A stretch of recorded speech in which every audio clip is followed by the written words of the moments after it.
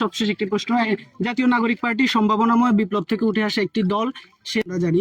সেই দলের আজকে একটি ত্রাণ বিতরণ কার্যক্রম, সেই জায়গায় এত ছোট্ট পরিসরে তার ত্রাণ বিতরণ হলো, এত বিশৃঙ্খলা, এই বিষয়টি আপনি আসলে পার্টির প্রধান হিসেবে আপনাকে কতটুকু পীড়া দেয়? আচ্ছা, এটা বিশৃঙ্খলা না, বিষয়টা হচ্ছে যে দেখেন এখানে আমাদের ক্যামেরা পড়লো, আমরা নেমে যেতে চাইলাম, আপনার কুমিল্লা উত্তর জেলা সদস্য সচিব আমাদেরকে নামতে দেয় না, আমাদের 5 লাখ টাকার ক্যামেরা পানিতে পড়ছে, আচ্ছা উনি আমাদেরকে নামতে দেয় না। আমরা এতবার রিকোয়েস্ট করছি, কুমিল্লা জেলা উত্তর সদস্য সচিব, উনি কোনোভাবে আমাদেরকে নৌকা থেকে নামতে দেয় না, নৌকাটা ভেড়াই নাই। 5 লাখ টাকার মালামাল, জানেন আমরা অফিসের মালামাল বহন করি। এই জায়গায় এই বিশৃঙ্খলার ফসল হিসেবে আজকে আসলে আমরা সাংবাদিকরা চরম ভোগান্তির শিকার হলাম।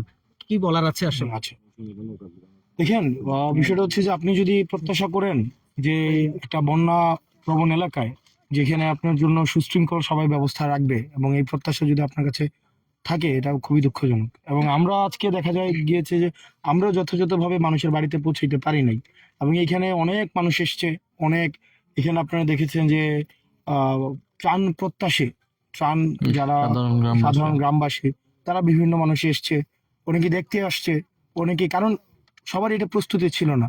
তো সেই জায়গা থেকে যারা প্রত্যেকটা পেশাদারি, যারা পেশাদারিত্বের সাথে আপনারা নিরলসভাবে আমাদের খবর মানুষের কাছে পৌঁছে দেন, আপনাদের কাছেও প্রত্যাশা থাকবে যে প্রতিকূল পরিবেশেও প্রস্তুতি রাখার। যেমন আজকেও আমরা দেখা গিয়েছে কি আমরা প্রত্যাশা করেছিলাম আর অনেকগুলো বাসায় যাব, অনেকগুলো মানুষের কাছে পৌঁছাবো, কিন্তু এই দুর্যোগপূর্ণ আবহাওয়া এবং হচ্ছে প্রতিকূল পরিবেশের কারণে কিন্তু আমাদেরকে স্থগিত করতে হয়েছে।